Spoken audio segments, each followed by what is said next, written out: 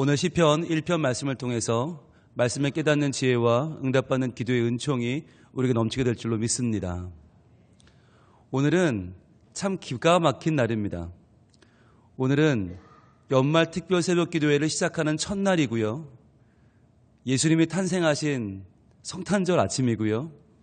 그리고 시편 강해가 시작되는 시편 1편이 출발하는 날입니다. 이게 왜 기가 막힌 콜라보냐면 여러분 인생을 논하는 가장 깊이 있는 책이 시편이거든요. 그래서 시편은요 함부로 강해를 못해요. 왜냐하면 시편은 논리로 풀어가는 책이 아니에요. 감정, 인간의 깊이 있는 희노애락을 건드리는 책이 시편이에요. 그래서 연초에 보느냐, 연중에 보느냐, 연말에 보느냐 볼 때마다 다르거든요.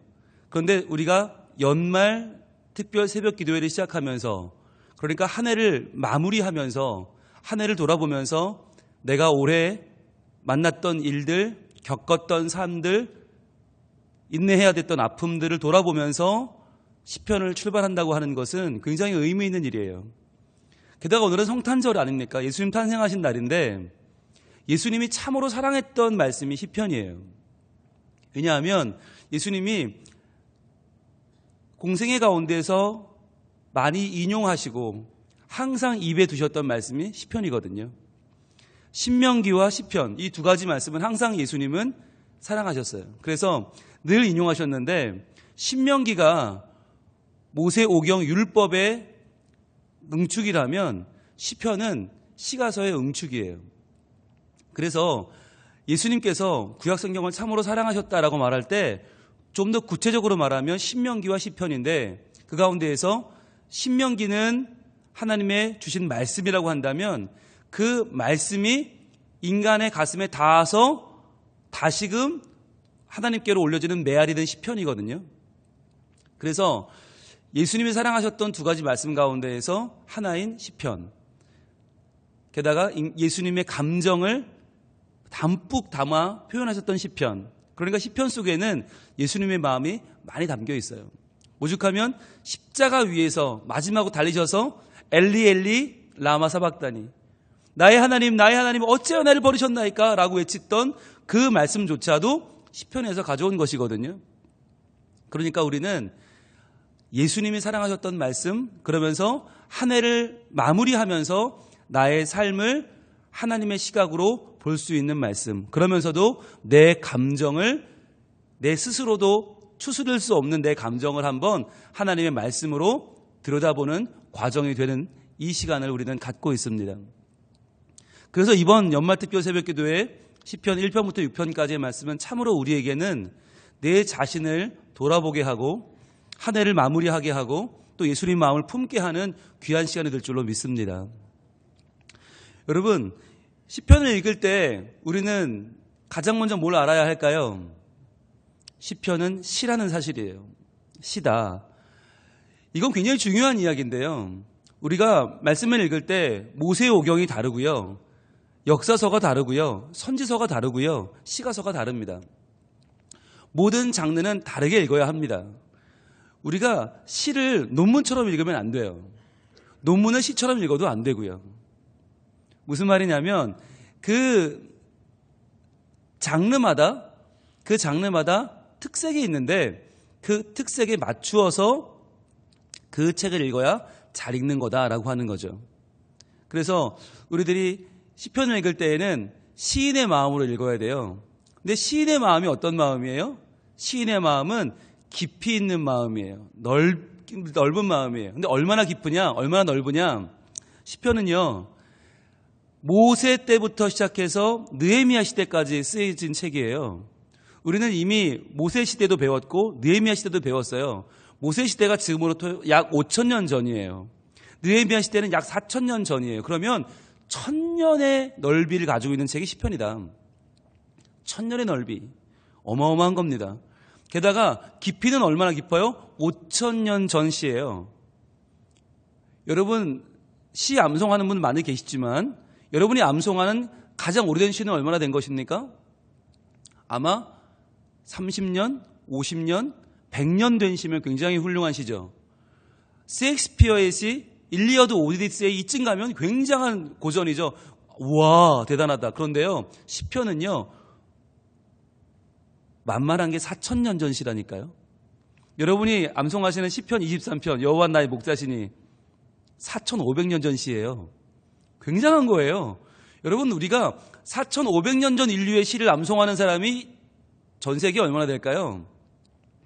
여러분 시편 23편을 암송하는 분들은요, 시편 1편을 암송하는 분들은요, 적어도요 4500년 전 시를 암송하고 있는 아주 어마어마한 문학적인 소양을 가지신 분들이다라고 하는 거예요. 이게 왜 중요하냐면 인간의 삶이라고 하는 것이 내가 굉장히 독특한 삶을 살고 있는 것 같지만, 내가 굉장히 나만 겪는 고난을 겪고 있는 것 같지만 그렇지 않거든요. 인간들이 참으로 오랜 시간 반복해서 억울하고 아프고 눈물 나고, 이건 정말 책으로 몇 권이 나올 것 같은 그런 나만의 아픔이라고 생각했던 것들이 있는데 결국 그게 다 반복되어 오는 것이거든요. 그 반복이 얼마나 됐다고요? 5000년 반복되어 여기까지 왔어요. 그 인생의 아픔과 눈물과 희열과 기쁨과 소망이 담긴 시가 바로 시편이에요. 그래서요 시편을 읽을 때에는 어떻게 읽어야 되는가? 자, 첫 번째는 시편의 시인의 마음으로 읽어야겠죠. 시인의 마음으로 읽자. 시인이 누군데요? 시편이 150편으로 되어 있는데 약 절반의 책은, 절반의 75편가량은 누가 썼나? 다윗이 썼어요. 다윗은 누구냐? 가장 드라마틱한 인생을 산 사람이죠. 그의 인생 자체가 대하 드라마죠. 그 이야기는, 그 사람은, 다윗은 가장 많은 인생의 굴곡 속에서 가장 많은 감정을 쏟아내었던 사람이에요. 그러니까 다윗의 감정으로 시편을 읽을 때 우리는 시편을 바르게 읽을 수 있는데, 우리가 다윗의 사건은 잘 알고 있어요. 이미 다 배웠어요. 사무엘 상하를 통해서 이미 다 알아요. 역대기를 통해서 우리는 다 배웠어요. 그런데 사건은 배웠는데 감정은 못 배웠어요. 그죠? 무슨 일을 겪었는지는 알아요. 그런데 그때 어떤 감정이었는지는 몰라요. 그 감정이 시편에 담겨 있는 거예요. 그래서 우리가 그 앞에 역사서에서 사건을 봤다면, 그 안에 들어있는 논리를 봤다면 이제 우리 시편에서는 감정을 볼 차례다. 그런데 그게 훨씬 더 인간적이고요, 훨씬 더 깊고요, 훨씬 더 스펙타클합니다. 그리고요 훨씬 더 나랑 닮아 있어요. 여러분 사무엘 상하에 나오는 다윗을 보면 우리는요, 와 정말 따라갈 수가 없어요. 여러분 골리앗 때려잡을 수 있어요? 여러분 사울 왕이 그렇게 막 죽이려고 할 때 용서할 수 있어요? 우리는 못해요. 여러분 그렇게 많은 부와 그렇게 많은 나라의 운영을 할 수 있어요? 못해요 우리는. 그런데 뭔 가능한가? 시편의 감정은 따라잡을 수 있어요. 왜? 그도 인간이고 우리도 인간이기 때문에 충분히 그의 감정을 누리고 다윗의 감정을 우리가 만날 수 있다. 자, 두 번째는 뭘로 읽어야 되나? 첫 번째 시인의 감정으로 읽는다. 두 번째는 무슨 감정으로 읽는가? 예수님의 감정으로 읽는 거예요. 왜냐하면 예수님께서 시편을 아주 사랑하셨다고 그랬죠. 왜 그런가? 이 시편은요 구약에 있지만 신약적인 요소를 굉장히 많이 담고 있어요. 그러니까 구약에 나오는 구약적인 내용들과는 상당히 달라요. 왜 다른가? 바로 인간에 대한 이해가 다르기 때문이에요. 인간에 대한 이해. 예수님이 가지고 계셨던 인간에 대한 이해와 시편의 인간의 이해는 거의 똑같아요. 그렇다면 그 인간에 대한 이해를 우리가 어떻게 이해할 수 있을까? 오늘 1절 봅니다. 같이 읽어봅니다. 시작. 복이 있는 사람은 악인들의 꾀를 따르지 아니하며 죄인들의 길에 서지 아니하며 오만한 자들의 자리에 앉지 아니하고, 이렇게 나와요. 자, 복이 있는 사람은 이렇게 출발을 합니다. 사람은 사람인데 어떤 사람이에요? 복 있는 사람이에요. 그런데 이 복 있는 사람이라고 하는 말에 많은 사람들이 주목을 합니다. 복 받을 사람이 아니다라고 하는 거죠. 복을 받을 수도 있는 사람 아니고요, 복을 받을지 모르는, 받을 예정인 사람이 아니라 복이 있는 사람이다. 이미 복이 있어요. 이미 복이 있어요. 이미 복을 가지고 태어났다라고 하는 거죠. 여러분 이게 어디랑 만나냐면 창조랑 만나요. 창조. 하나님이 인간을 지으시고 바로 하신 게 뭐예요? 기억 안 나세요? 한번 가볼까요? 창세기 1장으로 한번 가볼까요? 창세기 1장. 하나님이 인간을 창조하시고 무엇부터 하셨나? 1장 27절입니다. 창세기 1장 27절. 창세기 1장은 무조건 제일 앞으로 가면 되죠. 네. 제일 앞으로 가면 됩니다. 창세기 1장 27절. 같이 읽습니다. 하나님이 자기 형상 곧 하나님의 형상대로 사람을 창조하시되 남자와 여자를 창조하시고, 자, 창조했죠. 한 다음에 바로 한 게 뭐예요? 창조하자마자 한 게 뭐예요? 28절. 하나님이 그들에게 복을 주시며 그랬어요. 하나님이 인간을 창조하고 나서요, 그 인간이 어떻게 하나 지켜보시고 잘하면 복 주고 잘못하면 저주한 게 아니었어요. 창조하시고 바로 뭐 했어요? 복을 주셨어요. 그럼 인간은 누구예요? 복이 있는 사람이에요? 복 받을 사람이에요? 복이 있는 사람이에요. 자, 그러니까 창조랑 만난다. 여러분, 그렇다면 이거 뭔가 연결되는 느낌이 들지 않으세요? 시편과 창세기가 연결이 된다? 자, 여러분, 여기서 중요한 포인트입니다. 시편은요, 5권으로 되어 있습니다. 5권으로 된 구조. 5개, 그럼 뭐가 떠올라야 되죠, 우리는? 뭘 배웠죠? 5개? 별이 5개 말고. 뭐가 떠올라야 돼요? 모세오경이 떠올라야 돼요. 모세오경 율법서가 5권이에요. 창세기, 출애굽기, 레위기, 민수기, 신명기. 5개예요. 이 5개 중에 창세기 1장 1절에 뭘로 시작했어요? 창조로 시작했어요. 창조하고 복 주며 시작했죠. 그런데 오늘 시편 1편 1절이 복 있는 사람은 이렇게 출발을 해요. 이거 뭔가 연결된다. 그래서 학자들이 연구를 합니다. 연구를 해서 뭘 밝혀냈냐? 시편의 5권이 놀랍게도 모세오경의 5가지 책과 연결되더라는 것이에요. 그래서 여러분, 창세기 첫 권, 모세오경의 첫 권인 창세기는 뭘 얘기하죠? 창조를 이야기하죠. 창조는 누구에 대한 이야기예요? 인간에 대한 이야기예요. 인간. 시편 1권이 놀랍게도 인간에 대한 통찰에 담겨 있더라는 거죠. 자, 그럼 두 번째 책인 출애굽기. 무슨 책이에요? 구원에 관한 책이죠. 구원. 시편 2권에서도 구원에 대해서 노래하고 있습니다. 자, 세 번째 책인 레위기는 거룩이죠. 시편 3권에서도 거룩에 대해서 지금 시편이 쭉 시가 나와요. 자, 네 번째 책인 민수기는 뭐죠? 광야죠.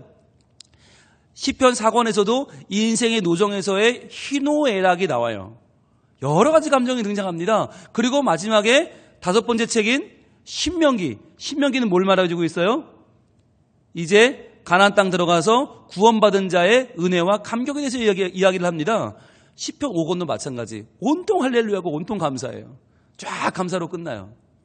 그러니까 모세오경 5권을 우리가 공부를 열심히 했잖아요. 하루 한 장 시간에. 왜 했나? 어찌 보면 시편을 제대로 읽기 위해서 공부한 거예요. 그러니까 시편부터 공부하면 안 되고요. 모세오경을 제대로 공부한 다음에 그 느낌 그대로 시편으로 와야 돼요.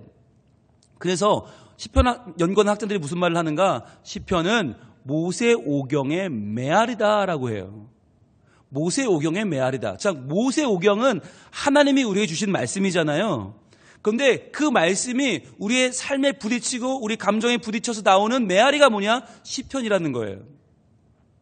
그래서 하나님이 우리에게 말씀을 주셨어요. 그 말씀이 나를 관통하고 나를 진동해서 다시 한번 내가 하나님께 올리는 나의 메아리가 시편이다라고 하는 거죠. 그래서 이 시편은 어떻게 읽어야 되는가? 첫 번째, 시인의 마음으로, 다윗의 마음으로 읽는다. 두 번째, 예수님 마음으로 읽는다. 그러면 예수님 마음이라는 게 뭐예요? 아까 말씀드렸죠? 복 있는 사람. 이게 예수님의 인간관이라고 했죠. 예수님은요, 우리에게 뭘 요구하지 않으시나 우리에게 결과를 요구하지 않으세요. 우리에게 뭔가 열심히 해서 너의 복을 좀 증명해 보라 말씀하지 않으세요. 네가 복이 있다는 사실을 나에게 보여봐라고 하지 않으세요. 세상과는 전혀 다른 인생관이에요. 세상은요, 인간의 가치를 스스로 증명해 보여야만 해요. 그런데요, 예수님은요, 인간의 가치를 부여해 버려요. 너는 복이 있는 사람이야. 이게 예수님의 인간관이에요. 이게 하나님이 창조하실 때 인간관이기도 하고요. 이게 시편 1편 1장 1절의 인간관이기도 하고요. 예수님의 인간관이기도 합니다. 그러면 예수님의 인간관 한번 확인해 볼까요? 마태복음 5장으로 갑니다. 마태복음 5장, 예수님께서 산상수훈을 시작하면서 가장 먼저 하신 말씀이 뭔가? 창세기 1장 1절의 이야기를 하세요. 시편 1편 1절의 이야기를 하세요. 똑같이 하세요. 뭐라고 하시는가? 마태복음 5장 1절 볼까요? 예수께서 무리를 보시고 산에 올라가 앉으시니 제자들이 나아온지라 그랬죠. 산상수훈이 시작돼요. 자, 2절입니다. 입을 열어 가르쳐 이르시되, 무슨 말씀부터 하시나? 3절 같이 읽을게요. 시작. 심령이 가난한 자는 복이 있나니 천국이 그들의 것이미요. 애통하는 자는 복이 있나니 그들이 위로를 받을 것이미요. 온유한 자는 복이 있나니 그들이 땅을 기업으로 받을 것이미요. 의에 줄이고 목마른 자는 복이 있나니 그들이 배부를 것이미요. 긍휼히 여기는 자는 복이 있나니 그들이 긍휼히 여김을 받을 것이미요.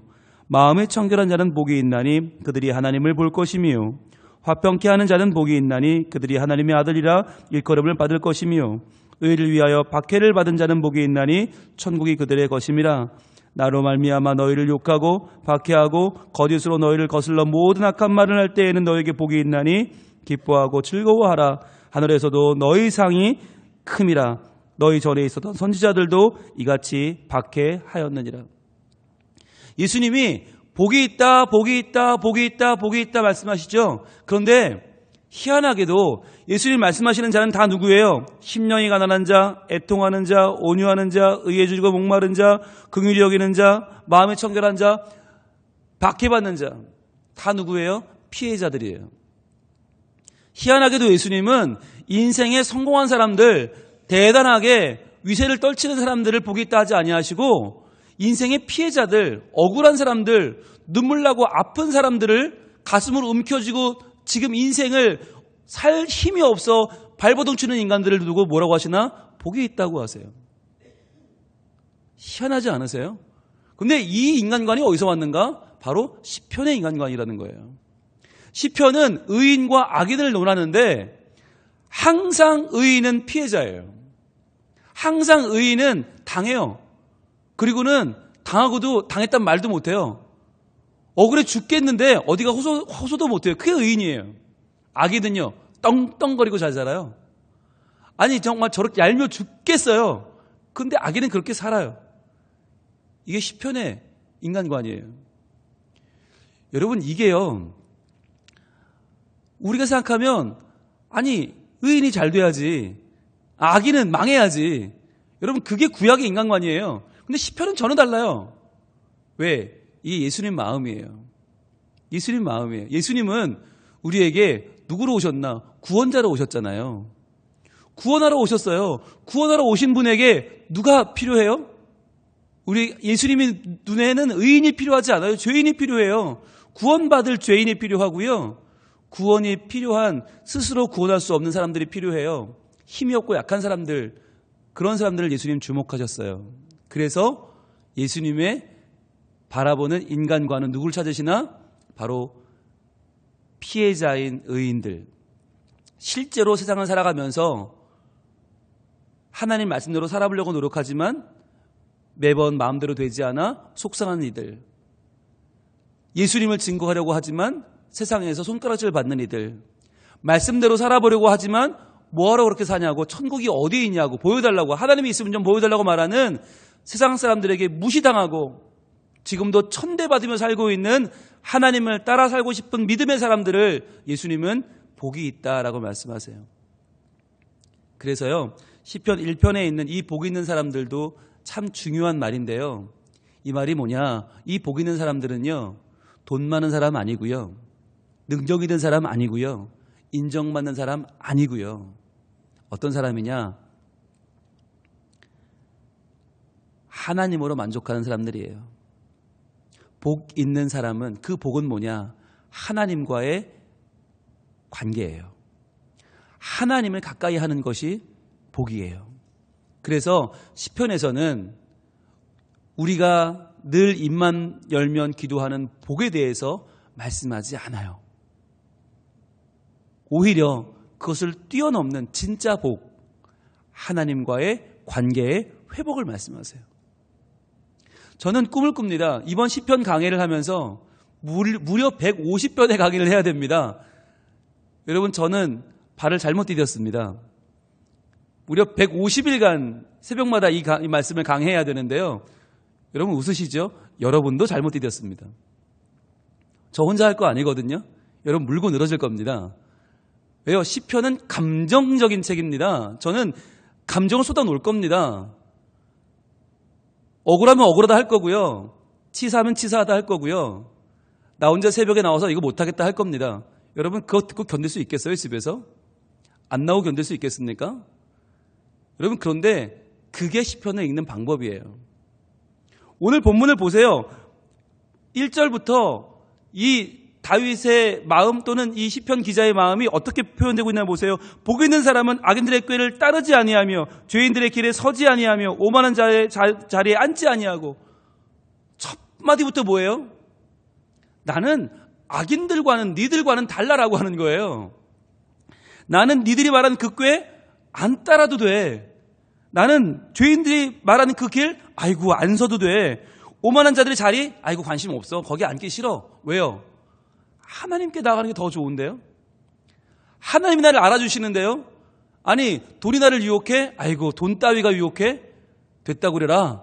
야 명예가 나를 아이고 야 명예가 내가 그렇게 따라갈 사람이 시간이 없거든. 나는 하나님께 가까이 나가는 사람이야. 어디를 나한테 함부로 그따위 걸 갖다 대냐. 오직 여호와의 율법을 즐거워하여 그의 율법을 주야로 묵상하는 자야. 나는 훨씬 좋아. 왜냐하면 그 말씀 안에 나의 감정을 녹이는, 나의 감정을 받아주시는, 나의 감정을 인정하시는, 그러면서 나를 세워주시는 하나님의 사랑이 있는데 내가 세상 따위가 나에게 주는 그 꾀, 그 길, 그 자리 관심 없다라고 하는 거죠. 그러면서 그는 시냇가에 심은 나무가 철을 따라 열매를 맺으며 그 잎사귀가 마르지 아니함 같으니 그가 하는 모든 일이 다 형통하리로다. 하나님을 만나 하나님을 따라 하나님을 찾아가는 나의 인생의 길이 이렇게 형통한 길일진데 내가 너희 악인들 따위를 부러워할 것 같으냐? 그런데 4절이죠. 악인들은 그렇지 아니하며 오직 바람이 나는 겨와 같도다. 여러분 통쾌하지 않으세요? 세상 사람들은 지금도 돈 따라서 명예 따라 성공 따라 막 달려요. 악인들의 꾀를 따르려고 하고요. 죄인들의 길에 서려고 하고요. 오만한 자들의 자리에 앉지 못해서 안 달래요. 그런데 시편 기자는 한마디로 말해버려요. 야 그것들은 바람 따라 떠도는 겨야. 그것들은 어디로 가는지 모르고 흩날리는 인생이야. 나 그거 부럽지 않아.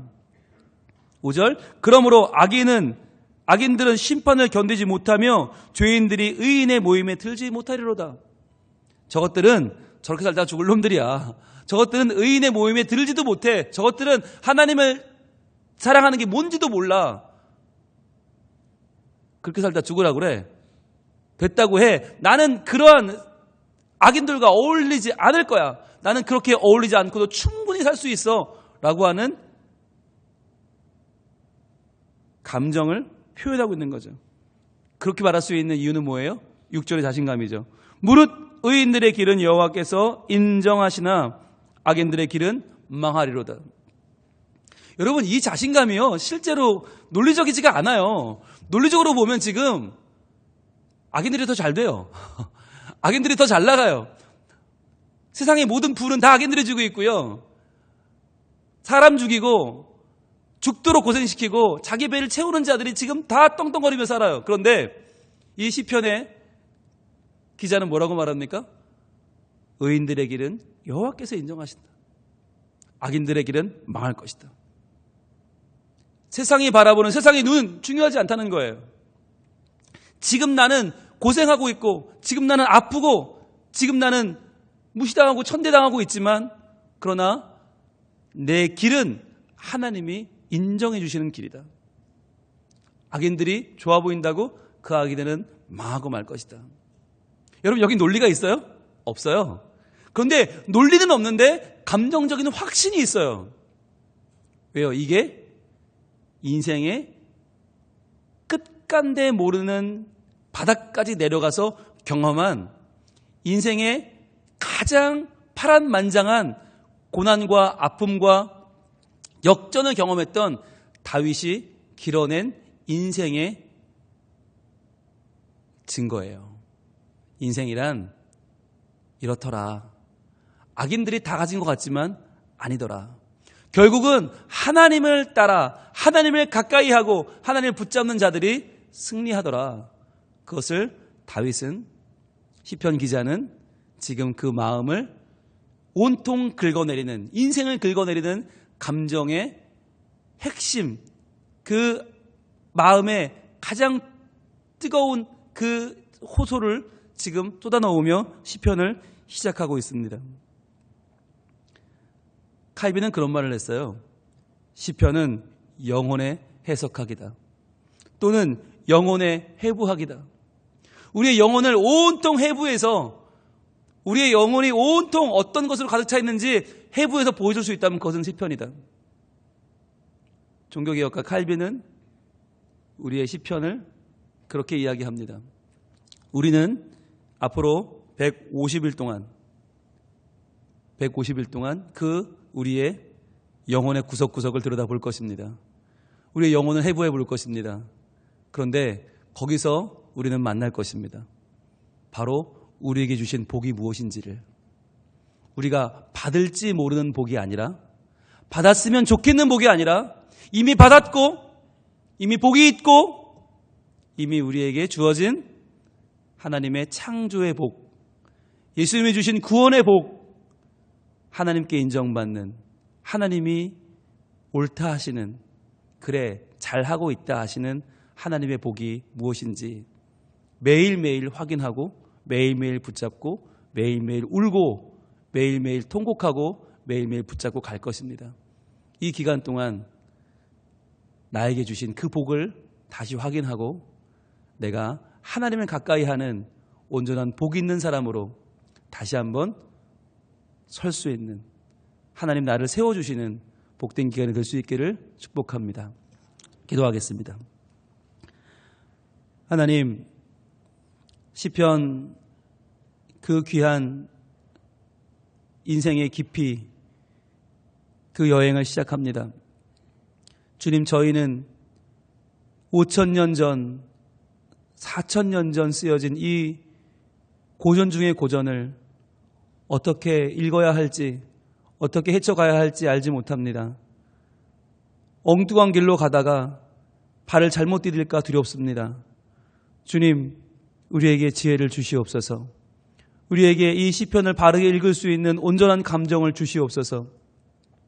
다윗의 눈으로, 예수님의 마음으로 읽게 하시고 이 시대를 살고 있는 우리의 인생의 문제와 아픔을 그대로 쏟아놓으며 이 시편을 읽기를 원합니다.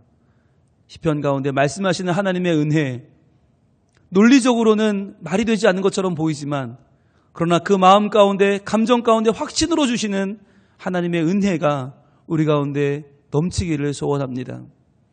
내 잔이 넘치나이다. 내 잔이 넘치나이다.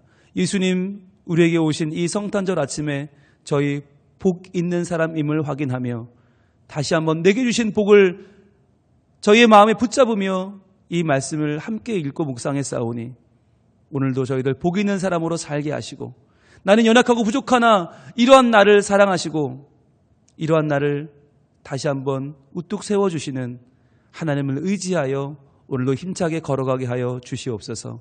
주님 감사합니다. 앞으로 걸어갈 150일의 이 귀한 여행 가운데 하나님 우리를 붙잡아 주시옵소서. 우리를 도와 주시옵소서. 복 있는 사람으로 하나님께 점점 더 가까이 나아가는 하나님의 사람들로 붙잡아 주시옵소서. 오늘도 주신 애 감사하며 간절한 마음으로 기도하며 구하는 것마다 응답받고 돌아가는 하나님의 귀한 아들, 딸들이 되게 하여 주옵소서. 예수님 이름으로 기도합니다. 아멘.